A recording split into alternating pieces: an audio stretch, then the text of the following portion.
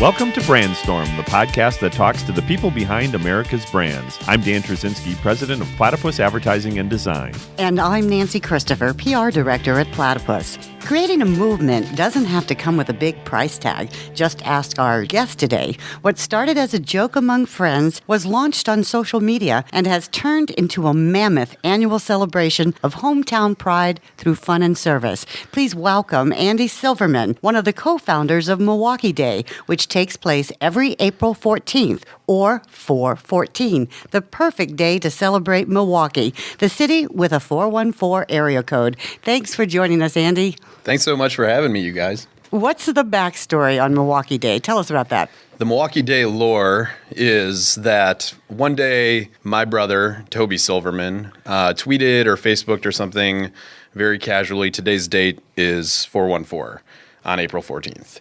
And my friends and I really kind of glommed onto that idea and we're like, this is important. Yeah, it is. I mean, that's kind of like one of those, ooh, yeah, this is cool. We got to do something with 414. We got to do something with this, right? So we created a website. We got the URL MilwaukeeDay.com that day. And my friend, who is a designer, designed this very happy-looking Milwaukee Day logo that we still use today for a lot of things, actually, that he just kind of threw together.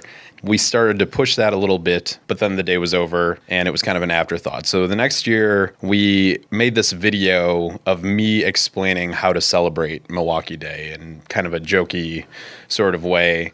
And a lot of people connected with this idea of this should be a holiday. We should be celebrating Milwaukee. Milwaukee is kind of a quirky, interesting place, and we love it for that reason. And we want to celebrate all those things about it that are different or artsy or absurd or whatever it might be. Right. That night after we made the video, Ted Perry at Fox 6 actually put it on the news. And we were like, whoa. Now it's real. Now it's real. Did you know him? Was he a friend? Somebody tell him, hey, we have this crazy idea? One of our guys, Brent, knew him casually, and I don't know if Brent sent it to him or if somebody else sent it to him, but that night it got played at the end of the newscast, and we had filmed it the day before, just really off the cuff. And from that point forward, we were like, okay, we got something here, and let's try to like blow this thing up and make it a real holiday. And that came from a very sincere love of the city that we live in and embracing everything that's kind of interesting and unique. The video was probably about 7 or 8 years ago, and the initial post from my brother was either the year before that or the year before that. It gets a little cloudy.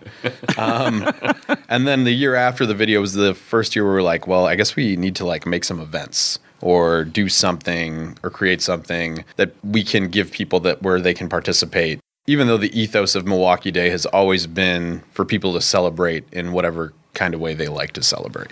You said one of you was a designer, but were either of you have any other marketing background before you took on this project? Sure. With this being Brandstorm, I'm the only non-agency person on the Milwaukee Day team. Okay, great. But Tim Gable, who is one of our main folks, works at an agency downtown. Brent Godey worked at agencies for years and is now doing freelance advertising, marketing, copy kind of stuff. And Chelsea also works for an agency. So everybody but me has that experience. And I had a little bit of marketing experience like right after college, but I just kind of took a different route. So after you appeared on Fox 6, how did it start to snowball? I think it was less about the video and just more about this idea that Milwaukee is kind of this interesting dynamic where it's a big city, but there is this small town kind of 6 degrees of separation thing happening, and a lot of people know each other, and if anything happens that is Milwaukee related, people really are into that and grab onto that. And there's just some things about Milwaukee that are interesting and different. I can't think of another city that would randomly put up a statue of Arthur Fonzarelli or hey, we're proud of that. Yes, absolutely. It's just a funny, cool place, and we really love it, and we wanted to celebrate it, and we were happy to find out there were a lot of people who also felt that way.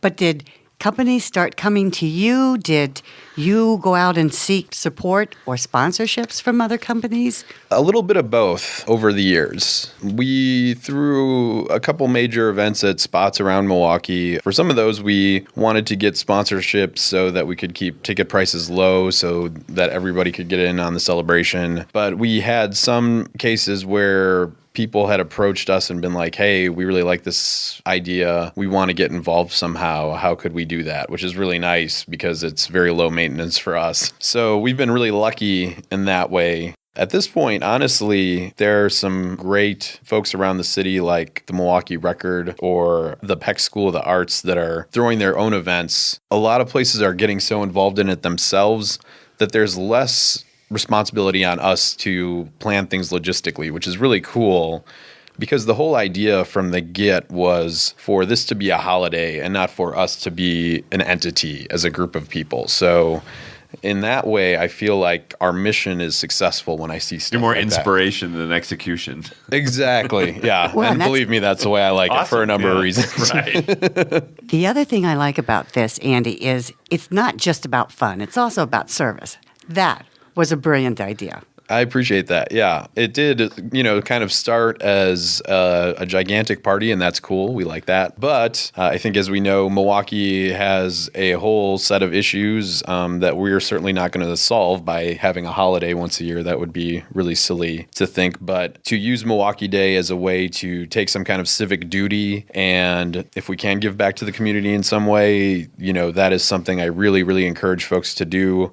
This year, my friend who's involved with the League of Women Voters is helping us organize some nonpartisan voter registration efforts where we either provide voter registration information or just really give good instructions about how people can register to vote in the city. You've done all different kinds of things like urban cleanup. Yeah, that was a big thing we did for many years is the park cleanups, and we've raised some money for various charities around the city. One of my favorites is this charter school, Escuela Verde, that we sponsored with one of our events a couple years ago. Being able to do stuff like that and feel like you're giving back even a little bit really makes a big difference for me personally. And, it's something that's always been important to us as a team, too. And I think it's important for the folks in the city as well. And sometimes people just need a little bit of guidance in terms of how can I help out? And if we can provide some of that, that's great. Another great idea, I thought, in all of this was you encourage people to learn about Milwaukee. How does that work? How do companies kind of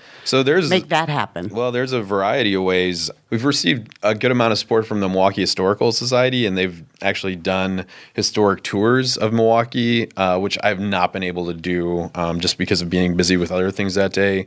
But, man, I really would love to. One thing I was able to do is we got sort of a brief historic tour of City Hall on Milwaukee Day before we rang the bell at the top of it. And that was really cool because there's so much interesting history from that building. It was in the top 10 tallest buildings in the country at one time, which is really interesting to think about. I didn't know that. Yeah. And there's just so much history behind it. It's really kind of a treasure. And there's so many places like that in Milwaukee where that's true. And again, it's just us giving folks a reason to learn about those things. So what are some of the events or attractions this year that people can expect? There's a great open house happening for the Peck School of the Arts Kenilworth building, which is right down on Prospect in Kenilworth. There's going to be art from all types of artists at that event, and I believe that's from 11 a.m. to 3 p.m. The voter registration presence will be at that event. We have events going on at Company Brewing, where one of my favorite local rappers, Zed Kenzo, is playing, as well as Tiger Night. And at Cactus Club, Lex Allen is going to have his CD release show on Milwaukee Day, which is very cool. He's another one of my favorites in the area. And Harley Museum is doing free admission for anybody wearing a Milwaukee t-shirt of some kind of t-shirt that expresses Milwaukee pride. That's a fun idea. And there's so many more things I'm sure I'm leaving out, but if you go to our website, milwaukeeday.com, there's so much more information there. So you encourage people to do whatever they like in Milwaukee that day. It's not just about the sanctioned events. Absolutely. I mean, we love having people at those events and driving traffic towards those events. The mission of Milwaukee Day, though, is for you to embrace the city and celebrate it however you see most fit. So if that's eating your favorite custard from whatever your spot is, or grilling outside your favorite Milwaukee brats and having a beer, that's great too. This year, Company Brewing, where we're having the one event that I discussed, they're actually brewing a Milwaukee Day lager this year that we're really excited about. Oh, that's cool. The original dream was to have Milwaukee Day become a sanctioned holiday. Do you have any proclamation from the mayor or the governor? Have you gotten any traction in that way? We do. The mayor's office has been very cool to us and has proclaimed it Milwaukee Day, I think, every year for like the last 7 years. And we have proclamations that we display proudly in our homes and offices. The city group of aldermen also gave us another proclamation, but we had a very cool official, unofficial proclamation recently when Milwaukee Day was the answer to a question on Jeopardy, which was just kind of... Yeah, how did that happen? Wow. Yeah. Yeah, it was really mind-blowing to all of us because it's not like we're connected to somebody at Jeopardy or anything like that. It just kind of fell out of the ether. And I got about 20 text messages at the same time at work one day. And I was like, oh my gosh, I hope everything's okay. Because I just feel my leg vibrating. Jeopardy, proclamation, the whole thing going. Can you go any farther than this, do you think? We don't have any, I mean, on a marketing podcast, this might be like blasphemous to say, but we don't have any serious goal of, some plateau that we wanted to reach or anything like that. We just like the organic growth of it. And yeah, it's just goes to show that a viral brand, it's just something that happened. Has there been any personal investment in this, or has it just done its own thing? Yes, well, time and a lot of beer. There has been personal investment, time, yes, beer, and certainly have poured some of our own money into it. But it's really a labor of love. I consider myself very lucky to be part of the team that worked on this and made it come to fruition in some way. I think you're a great ambassador. You love the city, and it shows. How do you personally enjoy Milwaukee Day? I mean, do you do something different every Milwaukee Day, or do you have a routine? I guess my one kind of unofficial routine that I do every year is I usually go to Oscar's Pub and Grill and have Big O on Milwaukee Day. Could you explain that? It's a monstrosity of a cheeseburger that is delicious, and I dream about it if I go too long without having it. I'm thinking my Milwaukee Day may be the chicken Bloody Mary at Sobelman's. That's like... Yeah, I've actually seen that, and it's a monster to see a whole chicken hanging. Pretty wild. On top of a Bloody Mary. It doesn't get any more Milwaukee than I don't know if they could hit another plateau in terms of Bloody Mary engineering. Andy, how can people get information on what's going to be happening Milwaukee Day this year? Definitely check the website, MilwaukeeDay.com. We'll be updating that pretty frequently in the coming days. Also, check us out at Twitter at Milwaukee Day. We're on Facebook, Instagram, all that good stuff. So that's all good ways to find out about information and let us know what's going on. You can email us through the site. You can tweet us. We want to know if you're organizing something. We want to help you promote that. If a business wants to get in touch with you about getting involved as well, how could they get in touch with you? Again, they could email us through the site. Otherwise, just email MilwaukeeDay@gmail.com, and we answer that pretty promptly. And we certainly encourage folks to get involved any way they see fit. Is there a hashtag or anything for people who want to talk about? Yeah, exactly. Yeah, I mean, the popular ones are hashtag Milwaukee Day, hashtag MKE Day. Great idea, Andy. I just love it. Thanks for joining us today. Well, I really appreciate the time, you guys. Thank you. Well, and if you like what you've heard today, please don't forget to share, review, and subscribe to Brandstorm. This is Dan Trzynski along with Nancy Christopher at Platypus Advertising and Design, an awesome company that creates perceptions that influence choice for a variety of regional, national, and even global brands on a daily basis. We hope you'll join us next week for another episode of Brandstorm.